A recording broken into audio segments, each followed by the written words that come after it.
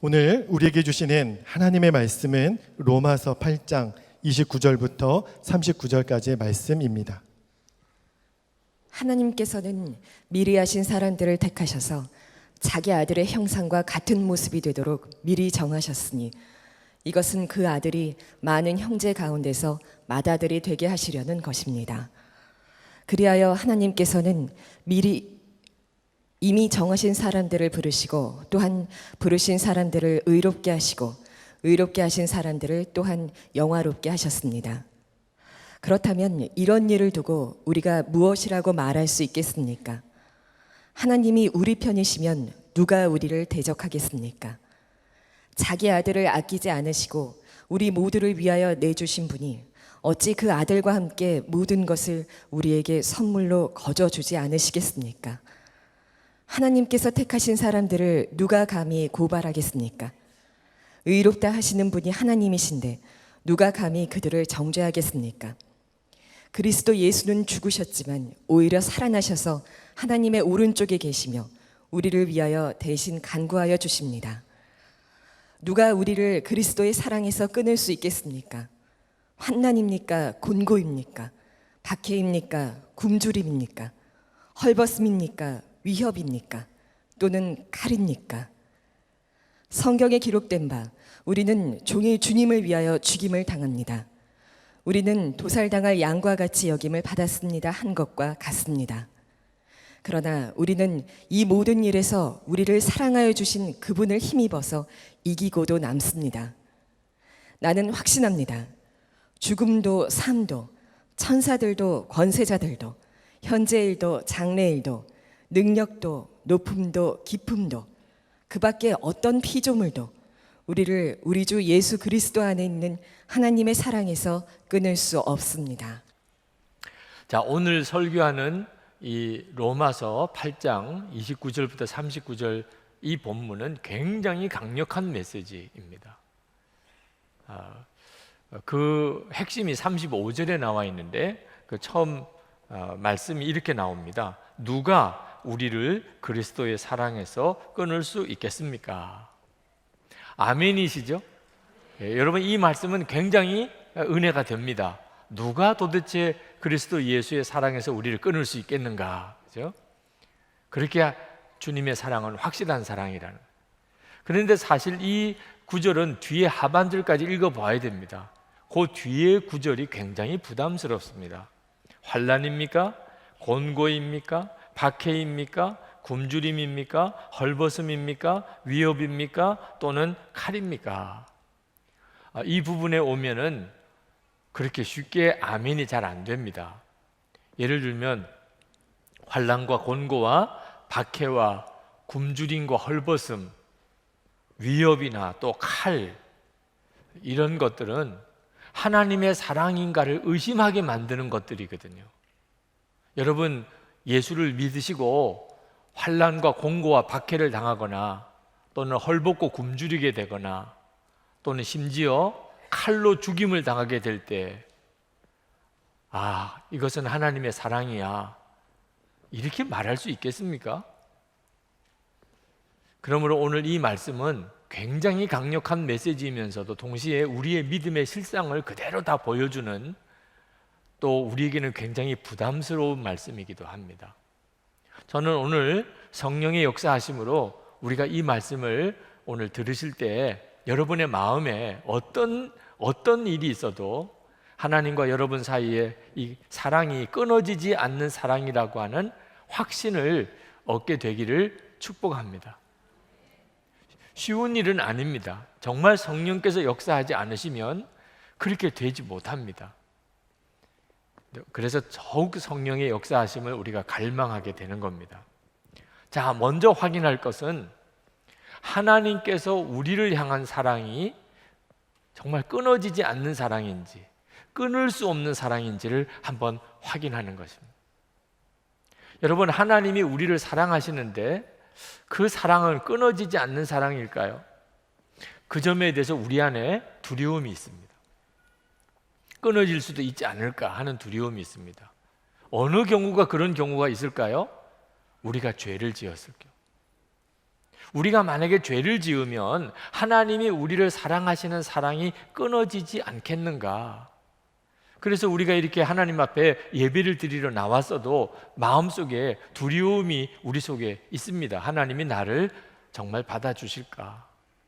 내가 또 죄 짓고 왔는데. 근데 성경은 말합니다. 우리의 죄로 인하여도 하나님의 사랑은 끊을 수가 없다. 분명히 여러분 오늘 이 문제에 대해서 분명하셔야 됩니다. 하나님의 사랑은 우리의 죄로 인하여 끊어지지 않는다는 것입니다. 그 이유를 39절에서 이렇게 말씀합니다. 우리 주 예수 그리스도 안에 있는 하나님의 사랑에서 끊을 수 없습니다. 하나님의 사랑이 어떤 사랑이길래 주 예수 그리스도 안에 있는 하나님의 사랑이라 그랬습니다. 그러니까 하나님의 사랑은 주 예수 그리스도 안에 있는 사랑입니다. 주 예수 그리스도 안에 있는 사랑이 어떤 사랑이죠? 그 점을 잘 아셔야 하는 거죠. 30절 말씀에 보면 놀라운 선언을 하고 계십니다. 하나님께서는 이미 정하신 사람들을 부르시고 또한 부르신 사람들을 의롭게 하시고 의롭게 하신 사람들을 또한 영화롭게 하셨습니다. 29절부터 보면 이 구원의 단계가 5단계가 나옵니다. 하나님이 우리를 구원하시는 단계가 여러분은 어느쯤 단계에 있는지 한번 생각해 보십시오. 첫 번째는 미리 아시는 것입니다. 여러분, 하나님이 여러분을 미리 아셨다고 믿으십니까? 아멘이죠. 그리고 두 번째는 택하시는 것입니다. 여러분은 하나님이 여러분을 택하셨다는 사실을 믿으십니까? 아멘이죠. 세 번째는 부르셨다는 것입니다. 여러분, 하나님이 여러분을 부르셨다는 것도 믿으십니까? 교회 나와 앉아 있으니까 안 믿을 수도 없는 거죠. 하나님이 나를 부르셨구나. 자, 세 번째 단계까지는 아멘입니다. 네 번째 단계는 하나님이 우리를 의롭게 하셨다는, 아멘입니까? 예수님의 십자가가 그것을 말해줍니다. 우리의 모든 죄를 주님이 다 사하시고 대신 예수님이 피 흘려 속죄해 주셨습니다. 그래서 우리를 의롭다고 하셨습니다. 다섯 번째는 우리를 영화롭게 하셨습니다. 그것도 아멘입니까? 이 문제에 대해서는 영 자신이 없는 분들이 있으실 겁니다. 하나님이 나를 미리 아시고 미리 택하시고 그리고 나를 부르시고 그리고 나를 의롭게 하시고, 많은 성도들이 예수님을 믿어도 여기까지는 확실히 믿습니다. 예수님이 나를 위해서 십자가에 죽으셨어. 그래서 나는 모든 죄가 사함 받았어. 나는 이제 의로워졌어. 여기까지는 너무나 잘 믿습니다. 그런데 영화롭게 하셨다, 앞으로 하실 게 아니고 이미 영화롭게 하셨다, 과거형입니다. 그 점에 대해서는 자신이 없으신 것이 영화롭지 않으니까. 지금 여러분 옆에 앉으신 분의 얼굴을 보시면 광채가 나십니까? 영화로우십니까? 우리는 굉장히 그 점에 대해서 영 자신이 없습니다. 나는 아직까지 영화롭다고 말할 수는 없어. 그렇게 되었으면 좋겠지만 대부분 그렇게 생각하십니다. 그것은 예수님을 믿는 것을 속죄 받은 것에만 국한하고 있기 때문에 그렇습니다. 우리는 예수님을 진짜 제대로 믿어야 합니다. 예수님을 제대로 믿는 것은 갈라디아서 2장 20절에 놀라우게 고백되어 있습니다. 우리는 예수님과 함께 죽고 예수님으로 사는 자가 되었다는 것입니다. 갈라디아서 2장 20절에 내가 그리스도와 함께 십자가에 못 박혔나니 이제는 내가 산 것이 아니요 내 안에 그리스도께서 사시는 것이라. 여러분, 여러분이 예수님과 함께 십자가에서 죽었고 여러분 안에 그리스도가 사시는 것이라면 여러분은 영화롭게 되신 거예요? 아니에요? 영화롭게 되신 거죠. 예수님이 여러분 안에 사신 거니까. 예수님은 이미 영화로우신 분이시잖아요. 여러분이 예수 믿는 것을 어떻게 이해하느냐에 따라서 이 말씀이 이해가 되기도 하고 또 안 믿어지기도 합니다.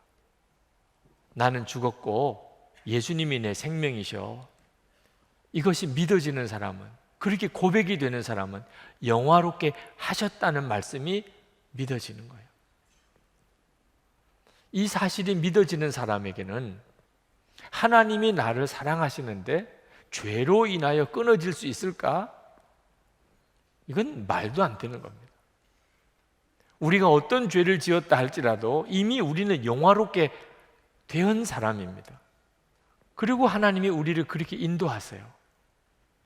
하나님은 우리를 완벽하게 구원해 주셨습니다. 그 은혜를 믿으라는 거죠. 오늘 아침에 어느 여성도님이 예배가 끝나고 난 다음에 저에게 잠깐 상담을 하셨는데 시간이 너무 없으니까 상담을 제대로 드리지를 못했어요. 그래서 설교 때 약간 보충을 해드리려고 합니다. 그 성도님은 기도 응답을 못 받은 것에 대해서 안타까워하셨습니다.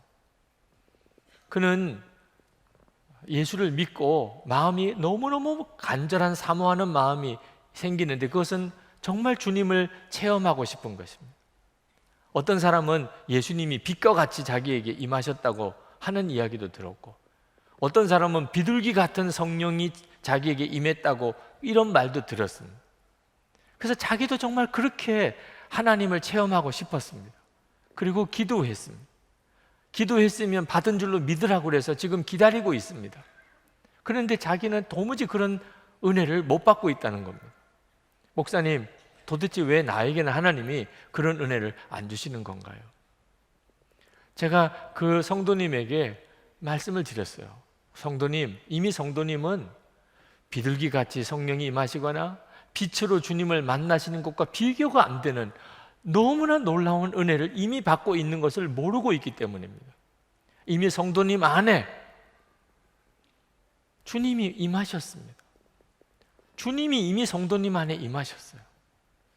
그 갈급함이 말해주고 있는 겁니다. 성도님 안에 주님이 임하지 않았다면 성도님이 이 갈급함은 설명할 수가 없습니다. 성도님이 빛으로 체험을 하든 비둘기같이 체험을 하든 그거는 부수적인 문제입니다. 더 중요한 것을 감사하고 기뻐하지 못하면 그러면 그 부수적인 것들을 통해서 결코 하나님의 은혜에 만족을 할 수가 없습니다. 여러분, 어린아이가 부모님과 함께 사는 것이 가장 큰 축복이죠. 그 부모님이 선물을 사가지고 오는 것은 부수적인 것입니다. 그런데 이 아이가 자기가 부모님과 함께 사는 것이 얼마나 놀라운 축복인지를 알지 못하고 엄마 아빠가 자기에게 원하는 선물을 안 사오는 것 때문에 만족하지 못하고 불평하고 한다면 철이 없는 거죠. 철이 없는. 그리고 그런 선물은 이 아이를 결코 진정한 만족을 줄 수가 없는 거죠. 부모님과 함께 있다는 것처럼 놀라운 축복이 어디 있나요? 여러분이 이미 충분한 은혜를 받았습니다. 여러분 안에 계신 주님이십니다. 예수님께서 여러분 안에 계시다는 것이 여러분이 충분한 은혜를 받고 있는 증거인 것입니다. 이런 체험도 저런 은혜도 다 부수적인 것들입니다. 하나님이 나를 사랑하시는데 내가 어떤 잘못을 해도 하나님이 나를 사랑하시는 것이 취소되지 않을 수 있겠는가? 물론입니다.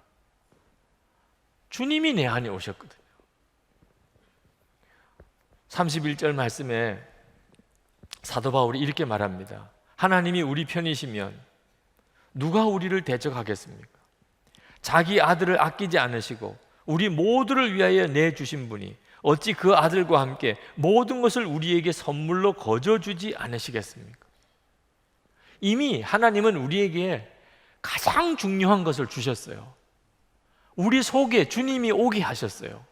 예수님이 우리를 위해 십자가에 죽으셨을 뿐만 아니고 그 주님이 우리 안에 오게 하셨어요.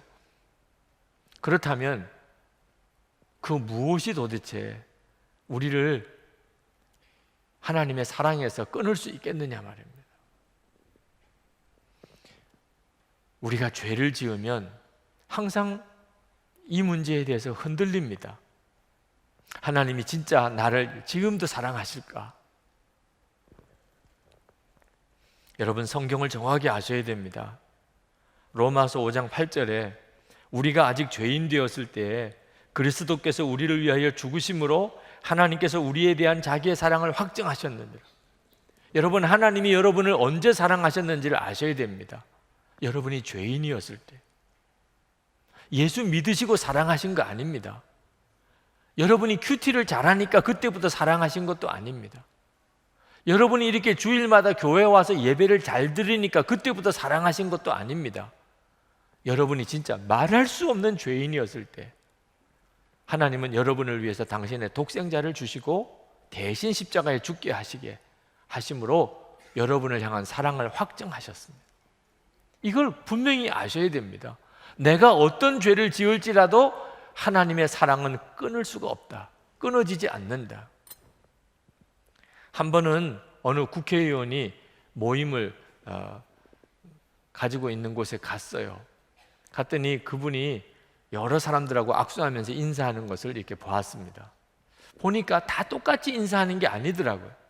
어떤 사람하고 인사할 때는 그냥 손만 내밀고 고개만 까딱거리고 그렇게 인사하기도 하고, 어떤 사람하고 인사할 때는 정말 팔이 떨어지라고 막 그렇게 두 손으로 잡고 인사를 하는 걸 보고, 이분이 사람이 다 똑같이 좋은 게 아니구나, 이런 생각이 들었었어요. 여러분, 오늘 여러분들이 하나님 앞에 예배드리러 이렇게 오실 때 하나님은 여러분들을 어떤 식으로 반가워하셨을 것 같습니까? 너 또 왔냐? 난 너만 보면 숨이 탁 막힌다. 혹시 이렇게 하셨을 거다.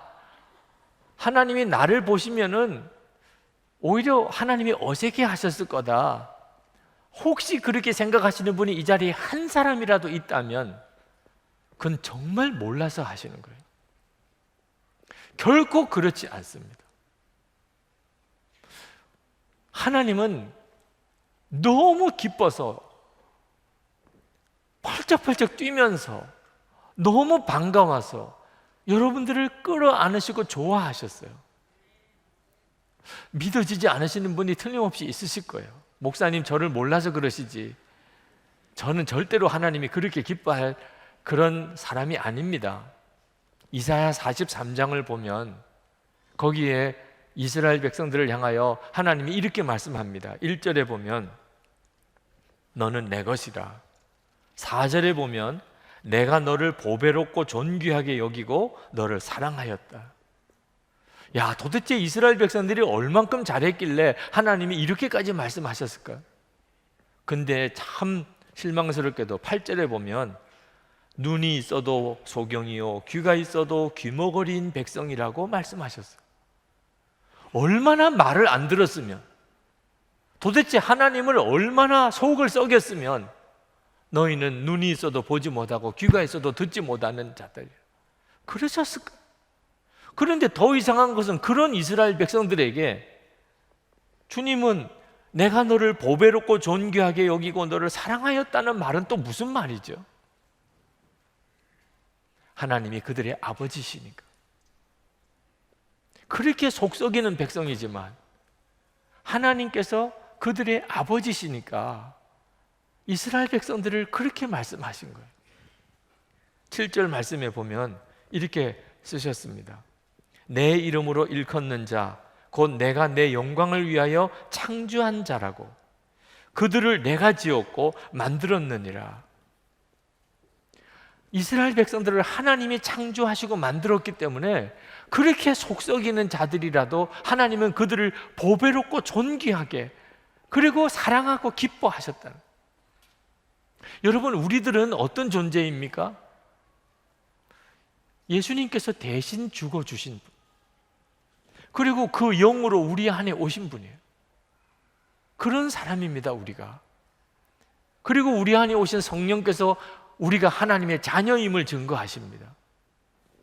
그렇다면 오늘 하나님께서 여러분이 교회에 오셨을 때 누구라도 말입니다, 오늘 이 자리에 계신 분 중에 어떤 사람이라도 기뻐한다는 말에 대해서 여러분이 의심할 수 있으시겠습니까?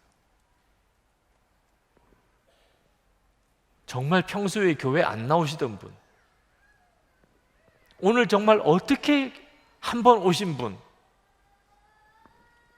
아마 하나님은 거의 미칠 지경이실 거예요. 좋아서. 그 섬을 여러분이 믿으셔야 돼요. 우리의 죄로 인하여 하나님의 사랑은 절대로 끊어지지 않습니다. 33절에 34절에 의롭다 하시는 분이 하나님이신데 누가 감히 그들을 정죄하겠습니까? 그리스도 예수는 죽으셨지만 오히려 살아나셔서 하나님의 오른쪽에 계시며 우리를 위하여 대신 간구하여 주십니다. 이런 사랑을 하나님이 우리에게 지금 베풀고 계십니다. 그런데 말입니다. 참 이상한 것은 이런 사랑을 하나님이 우리에게 부어주시고 계시는데도 우리가 불행한 것은 도대체 이게 또 어떻게 설명해야 됩니까? 그런 하나님의 사랑을 받으면서도 우리의 마음에 기쁨이 없고 우리의 삶에 감사가 없고 하나님의 역사와 영광을 드러내지 못하는 것은 왜 그렇지요? 하나님의 사랑을 짝사랑으로 만들어 버렸기 때문에. 여러분 짝사랑해 보신 적이 있습니까? 짝사랑 받아본 적이 있습니까? 위로의 말씀을 드립니다. 정말 고통스럽습니다. 짝사랑은요, 하는 것도 힘들고 받는 것도 힘들어요. 사랑은 둘 다가 서로를 사랑해야 이게 정말 행복한 것이죠. 일방적인 사랑, 짝사랑은 엄청난 고통입니다. 그런데 하나님이 우리를 그렇게 사랑하시지만 짝사랑이 되어버렸어요. 하나님은 우리를 그렇게 사랑하시고 우리는 세상을 사랑하고, 이런 식으로 하나님의 사랑을 짝사랑으로 만들어 버렸기 때문에 우리의 삶에 그런 엄청난 사랑을 받고도 기쁨이 없는 것입니다.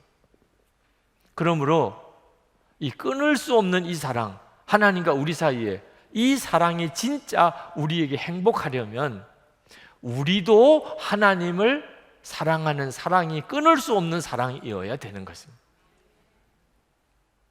여러분에게 그런 점에서 물어보고 싶어요. 여러분의 하나님을 향한 사랑은 끊을 수 없는 사랑입니까? 그건 어떻게 검증하지요? 여러분의 사랑이, 하나님을 향한 사랑이 끊을 수 없는 사랑이라는 것은 어떻게 검증하느냐 말이에요. 고난을 당해봐야 하는 것입니다. 고난을 당해봐야 여러분이 하나님을 향한 사랑이 끊을 수 없는 사랑인지를 알게 됩니다. 그래서 말씀하시는 거예요. 우리가 환난을 당하고 그리고 곤고하고 박해를 받고 굶주리고 헐벗고 그리고 위협을 당하고 또 칼로 죽임을 당하는 이런 순간이 왔을 때 비로소 우리 사랑이, 하나님을 향한 사랑이 진짜인지 끊을 수 없는 사랑인지를 알 수 있게 되는 겁니다. 마귀는 지금까지 신실한 성도들로 하여금 하나님을 사랑하지 못하게 만들려고 핍박을 통해서 얼마나 강하게 역사해 왔는지 모릅니다. 36절입니다. 성경에 기록된 바 우리는 종일 주님을 위하여 죽임을 당합니다. 우리는 도살당할 양과 같이 여김을 받았습니다. 한 것과 같습니다. 많은 성도들이 도살당하는 양과 같은 취급을 받았어요. 주님을 위해서. 마귀가 원하는 건 하나예요. 하나님 사랑하지 마. 하나님 사랑 믿지 마. 이것도 사랑이냐? 그런데 이 마귀의 시도는 항상 실패였어요. 오늘 사도 바울이 37절에서 고백합니다. 이기고도 남습니다. 개역 성경에는 넉넉히 이기느니라. 아무리 마귀가 우리에게 핍박을 주고 고난을 주고 그래도 우리는 넉넉히 이긴다. 이기고도 남는다. 어떻게 그게 가능하지요? 이 모든 일에서 우리를 사랑하여 주시는 그분을 힘입어서라고 이렇게 말씀하고 있습니다. 예수님 때문입니다. 우리 안에 오신 예수님 때문에 우리가 어떤 환난을 당하고 어떤 핍박을 당하고 어떤 손해를 본다 할지라도 하나님을 향한 우리의 사랑이 조금도 훼손되지 않습니다. 주님이신 거예요. 주님이 우리를 도와주시고 우리와 함께 하시고 우리를 인도하시기 때문에 교리로는 그렇게 안 됩니다. 지식으로 그렇게 안 됩니다. 오직 우리와 진짜 함께 하시는 예수님, 그분 때문에 우리가 고난을 당할지라도 하나님을 향한 사랑에 훼손이 없는 것입니다. 사도 바울이 확신하고 핍박당하던 초대교회 성도들이 가지고 있던 확신이 뭐였냐면, 어떤 것도 그리스도 예수 안에 있는 하나님의 사랑에서 우리를 끊을 수 없다. 38절, 39절. 나는 확신합니다. 죽음도 삶도 천사들도 권세자들도 현재 일도 장래 일도 능력도 높음도 깊음도 그 밖에 어떤 피조물도 우리를 우리 주 예수 그리스도 안에 있는 하나님의 사랑에서 끊을 수 없습니다. 여러분들 사인할 수 있습니까? 나도 확신합니다. 나도 확신합니다. 그렇게 할 수 있겠습니까? 여러분, 속으시면 안 돼요. 형편이 어려우니까, 살기가 너무 힘드니까 하나님의 사랑을 믿을 수가 없다. 이거 완전히 거짓말입니다, 여러분. 그렇게 말하는 사람도 종종 있습니다. 너무 어려우니까 이제는 하나님의 사랑을 믿을 수가 없어. 여러분, 우리 안에 함께 하시는 주님을 우리가 알고 나면 형편 어려운 거하고 하나님을 사랑하는 거하고는 아무런 연관이 없습니다. 오히려 형편 어려운 것이, 고난이 더 축복이라고 느껴집니다. 미국 최초의 해외 선교사였던 아도니람 저드슨 선교사님, 그가 20대 초반에 미얀마로 선교사로 갔습니다. 그때 당시에 미얀마는 선교사들에게 있어서는 끔찍한 나라였습니다. 근데 이 아도니람 저드슨 선교사가 앤이라고 하는 자매를 사랑했습니다. 그는 미얀마로 선교사로 가기 전에 이 앤과 결혼하고 싶었어요. 결혼해서 같이 가고 싶었어요. 그래서 그 장인 어른에게 결혼을 허락해 달라고 편지를 썼습니다. 거기에 이렇게 썼습니다. 따님이 저랑 결혼하면 아버님은 바로 내년 봄에 따님과 헤어져 이 세상에서 다시는 보지 못하실 겁니다. 이게 뭐 허락해 달라고 쓴 거예요? 아니면 허락해 달래 주지 말라고 쓴 거예요? 정말 황당한 편지를 썼어요. 따님은 선교지에서 고난을 겪게 될 겁니다.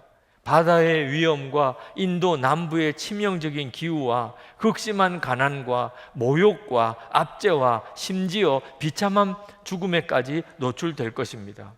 그래도 저희의 결혼을 허락해 주십시오. 하늘집을 떠나 따님과 아버님을 위해, 그리고 죽어가는 수많은 영혼들을 위해, 시온과 하나님의 영광을 위해 돌아가신 분을 위해 허락해 주십시오. 곧 의의 면류관을 쓴 따님을 영광의 세계에서 볼 소망으로 허락해 주십시오. 앤의 아버지가 너무 황당한 거예요. 그래서 딸에게 너가 결정하라고, 너가 가고 싶으면 가고 싶지 않으면 가지 마라. 그 앤이 자기 친구 리디아 킴볼에게 이런 편지를 썼습니다. 하나님이 막지만 않으신다면 이 이교도의 땅에서 보낼 날이 기대가 돼. 리디아, 이곳에서의 모든 안락과 즐거움을 포기하고 친척과 친구들을 향한 사랑도 접고 하나님의 섭리 가운데 부르시는 곳으로 가기로 결심했어. 이 앤 저드슨은 20대에 첫 아이를 낳고 그리고 미얀마에서 죽습니다. 그 길을 간 거예요. 그럴 줄 알고 간 거예요.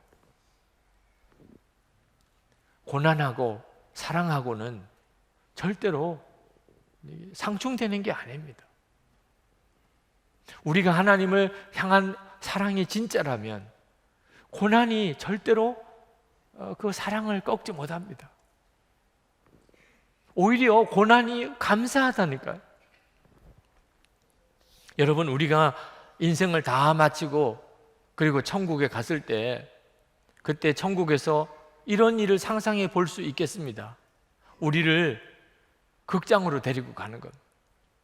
야, 천국에 오자마자 영화부터 보여주네. 무슨 천국 생활 오리엔테이션인가 하고 이렇게 앉았습니다. 불이 꺼지고 그리고 이제 영상 필름이 돌아갑니다. 가만히 보니까는 눈에 익은 사람들이 그 영화에 나와요. 부모님, 또 친척 어른들, 그리고 동네 친구들, 학교 친구들. 주인공이 자기 자신이에요. 태어날 때부터 자기가 죽을 때까지 모든 자신의 삶이 그 영상에 쭉 다 나옵니다. 그 영화를 다 보고 난 다음에 여러분은 어떤 느낌이실까요? 만약에 내가 주님을 위해서 고난을 당하고 주님을 위해서 희생하고 주님을 위해서 헌신한 그런 장면들이 나올 때 여러분은 어떤 느낌이실까요? 그건 황홀한 것입니다. 그건 정말 놀라운 축복인 것입니다. 내가 그랬었지. 내가 그때 주님을 위해서 저런 어려움을 당했지. 내가 주님을 위해서 저런 고난을 당했었어. 내가 주님을 위해서 저렇게 희생했었지. 그건 얼마나 큰 기쁨일까요? 여러분, 빌립보서 1장 29절에 하나님께서는 여러분에게 그리스도를 믿는 것뿐 아니라 또한 그리스도를 위하여 고난을 받는 특권도 주셨습니다. 그리스도를 위하여 고난을 받는 특권이래요. 지금은 그게 믿어지지 않으시는 분, 이해가 안 되시는 분들이 있으실 거예요. 그러나 천국에서 여러분의 인생을 다 한번 돌아볼 때는요, 그때는 정말 절감하게 될 것입니다. 그리스도를 위하여 고난을 당하는 것이 특권인 거예요. 그거밖에 남을 게 없어요. 우리 안에 오신 주님은 우리에게 그것을 알게 하십니다. 그러니 여러분, 하나님을 향한 우리의 사랑을 끊을 수 있는 게 뭐가 있습니까? 어떤 고난도 끊을 수가 없습니다. 여러분들이 이 사랑을 실제로 누리고 사시기를 축복합니다. 하나님이 우리를 향한 사랑, 어떤 죄가 있어도 끊을 수가 없습니다. 우리가 하나님을 향한 사랑, 어떤 고난도 끊을 수가 없습니다. 우리가 이렇게 하나님과 사이에 끊을 수 없는 사랑을 가지고 사는 것은 단순히 우리 자신만을 위해서 중요한 게 아닙니다. 세상을 뒤집어 놓는 일이에요. 여러분 한번 생각해 보십시오. 하나님을 향한 이 뜨거운 사랑, 끊을 수 없는 이 사랑의 관계 속에 사는 성도는 어떻게 살까요? 하나님이 나를 사랑하세요. 그 사랑은 끊을 수가 없어요. 나도 하나님을 사랑해요. 그 사랑은 끊을 수가 없어요. 그러면 우리는 이 세상에서 어떤 어려움을 당하고 어떤 손해를 볼지라도 당당하게 하나님의 말씀대로 정직하게 거짓 없이 하나님의 말씀대로 살게 될 것입니다.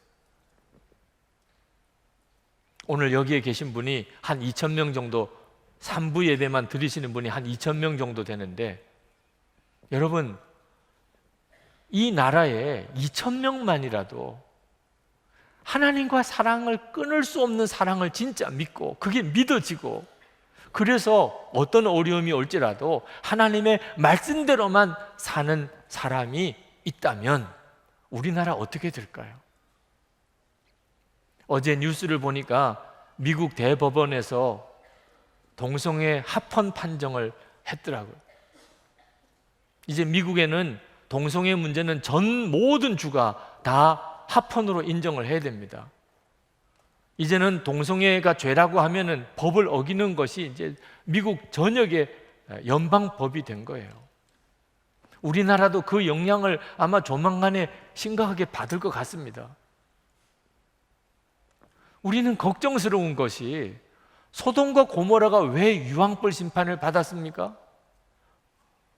그 소돔과 고모라 땅은 완전히 동성애 판이었어요. 그래서 하나님이 그 땅을 벌을 주셨다. 맞는 이야기예요. 그게 우리를 걱정스럽게 하고 기도하는 거예요. 그러나 여러분, 소돔과 고모라가 동성애 때문에 유황불 심판 받은 것만 아니라는 사실을 알아야 돼요. 의인 10사람이 없었기 때문이었어요. 의인 10사람이 없었기 때문에 유황불 심판 받은 거예요. 여러분, 오늘 여기에 2,000명이 있다고. 2,000명이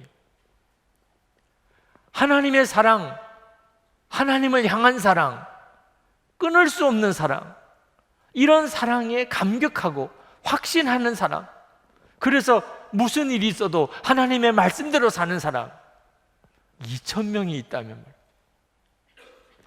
이 나라가 문제가 되겠어요? 여러분, 하나님을 이렇게 사랑하고 하나님의 사랑을 이렇게 경험하는 사람, 그렇기 때문에 원수도 사랑해요. 원수도. 손양훈 목사님만 그런 게 아니고 하나님을 그렇게 사랑하고 하나님도 그렇게 사랑받는 그런 사람은 당연히 원수도 사랑하죠. 자, 원수도 사랑하는 사람이 여기에 2,000명이 있습니다. 아마 텔레비전 방송국에서 카메라 들고 찾아와서 여기 원수도 사랑하는 사람이 한 2,000명쯤 모여 있다며요. 정말 취재할 만한 일이지 않겠습니까? 지금 우리나라 사회에 원수도 사랑하는 사람이 2,000명씩이나 모여 있어요. 이건 정말 뉴스감 아닙니까? 여러분, 정말 하나님과의 사랑이 끊을 수 없는 사랑이기 때문에 이제는 두려움도 없어요. 염려도 없어요. 하나님이 나를 그렇게 사랑하시는데, 나도 하나님을 그렇게 사랑하는데 염려하고 두려울 게 뭐가 있습니까? 그저 모든 게 기쁘고 모든 게 감사해. 그런 사람이 여기 2,000명이 있어요. 그러면 우리의 가정이 어떻게 되겠습니까? 우리의 일터가 어떻게 되겠습니까? 우리 교회 공동체가 어떤 공동체가 되겠습니까? 이건 상상만 해도 흥분할 일이에요. 상상만 해도. 그러니 오늘 이 말씀을 그저 성경에 있으니까 한번 읽고 지나갈 일이 아니라 그 말입니다. 이건 엄청난 메시지예요. 그동안에 왜 우리가 하나님을 믿는다고 그러면서도, 하나님은 사랑이라고 노래까지도 했으면서도 우리 가정 하나가 천국같이 되지 못하고 교회 공동체가 천국 같은 공동체가 되지 못했습니까? 하나님과 우리 사이가 끊을 수 없는 이 사랑의 관계라는 사실에 대해서 우리가 분명하지 않았기 때문입니다. 오늘도 나는 하나님과의 이런 뜨거운 사랑의 관계가 있다는 것을 아직도 나는 가슴에 잘 느껴지지 않습니다. 그러신 분들에게 말씀드리고 싶어요. 언제까지 그렇게 살면 안 됩니다. 예수를 믿고도 그렇게 사는 것은요, 그건 거의 저주와 같은 겁니다. 예수를 믿으셨다면 하나님과의 나와의 사랑, 끊을 수 없는 그 사랑의 깊은 사랑에 빠져들어 살아야지요. 그러려면 이렇게 하세요. 하나님, 제 목숨을 바쳐서 하나님을 사랑합니다. 꼭 목숨을 바쳐서, 하나님, 제가 순교할지라도 저는 하나님을 사랑합니다. 그렇게 여러분이 직접 고백해 보세요. 여러분의 마음이 별로 감동이 안 되는 것 같아요. 뭔가 역사가 일어나야 그런 감동도 하는 거지. 분위기가 잡혀야 뭐 그런 감동도 하는 거지. 하나님이 나에게 무슨 놀라운 은혜를 부어 주셔야 이런 감동, 그런 정말 극단적인 고백도 나오는 거지. 그렇지 않습니다. 이미 하나님은 상상이 안 되는 은혜를 부어 주시고 계세요. 독생자 주셨잖아요. 예수님은 십자가에 죽으셨잖아요. 주 예수님은 이미 우리 안에 오셨잖아요. 하나님이 우리에게 뭘 더 어떻게 액션을 취하셔야 됩니까? 그게 짝사랑이 되게 해버리니까 문제가 된 겁니다. 여러분, 저도 하나님을 목숨을 다해 사랑하겠습니다, 이렇게 고백하라는 이야기는 하나님의 사랑을 짝사랑 되지 말게 해보라는 거예요.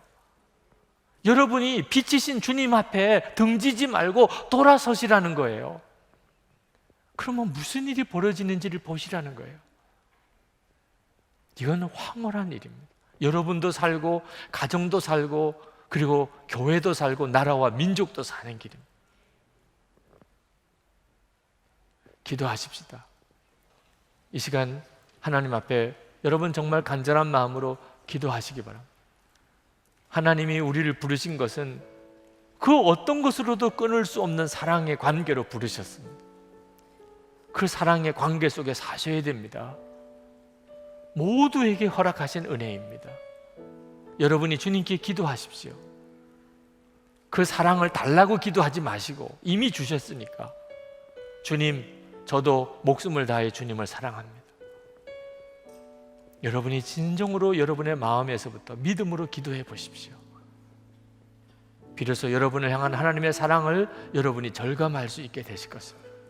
다 같이 통성으로 기도하겠습니다. 은혜와 사랑이 충만하신 하나님, 하나님의 크시고 놀라우신 은혜를 하나님 감사하고, 하나님 감사합니다. 놀라우신 하나님의 은혜를 소개해 주셔서 갈망합니다. 소원합니다. 하나님 감사합니다. 아버지 하나님,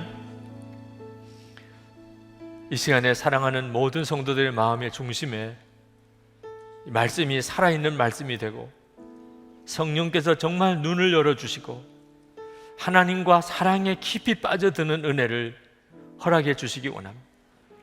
하나님, 그저 건성으로만 교회에 왔다 갔다 하는 신앙생활에는 이미 지쳤습니다. 하나님, 이런 믿음으로는 세상을 도무지 이길 수가 없는 때가 됐습니다. 하나님, 오늘 말씀이 우리를 두렵게도 하고 또 우리 가슴을 설레게도 합니다. 주 예수님, 우리와 함께 계신 주님, 도무지 우리가 어떤 죄를 지었다 할지라도 도무지 우리를 버리지 않으시는 하나님의 끊을 수 없는 그 사랑, 어떤 고난이 올지라도 우리가 하나님을 사랑하는 것을 도무지 끊을 수 없는 그 은혜의 사랑 가운데로 우리가 들어가게 해 주옵소서. 사랑의 힘으로 살게 해 주소서. 오늘도 사랑하는 성도들 머리 위에 주 예수님이 친히 안수하소서. 오늘도 하나님께 나와 예배하고 마음의 간절한 고백을 주께 올려드리고 사모함으로 주님 앞에 나아가는 성도들에게 역사하소서. 마음의 깊은 곳에 성령님 임하여 주소서. 진정한 하나님의 부흥을 경험하게 하소서. 하나님과 끊을 수 없는 사랑의 관계 속에 들어감으로 하나님 가정 안에 하나님의 역사가 일어나게 하소서. 저희들을 통하여 우리가 일하는 일터에서 하나님의 역사가 일어나게 하소서. 우리를 통하여 이 사회와 민족 간에 하나님의 역사가 일어나게 하소서. 주님, 저희들을 주님 앞에 드립니다. 아직도 하나님의 이 말할 수 없는 뜨거운 사랑을 체험하지 못하고 영적으로 답답해하는 성도들을 오늘 기억해 주소서. 주님이 말씀하셨으니 말씀이 저들을 사로잡으소서. 그리고 반드시 말씀이 체험되게 해 주시옵소서. 하나님, 오늘도 하나님께 예배하고 찬양하고 하나님 앞에 감사의 예물을 드린 성도들을 축복합니다. 저들의 믿음과 감사를 주님 받아주시고 저들의 삶에 하나님의 은혜를 더하셔서 하나님의 자녀답게, 정말 복의 근원답게, 소금과 빛답게 세상을 변화시키는 사명자로서 살게 하여 주시옵소서. 마음과 육신에 병든 것은 고쳐주소서. 가정의 문제에 하나님 놀라우게 변화시켜 주소서. 온 가족들과 자녀들이 주님 안에 천국 같은 가정 이루게 하소서. 기업에 복을 주소서. 축복의 통로가 되게 하소서. 사명의 기름 부음 주소서.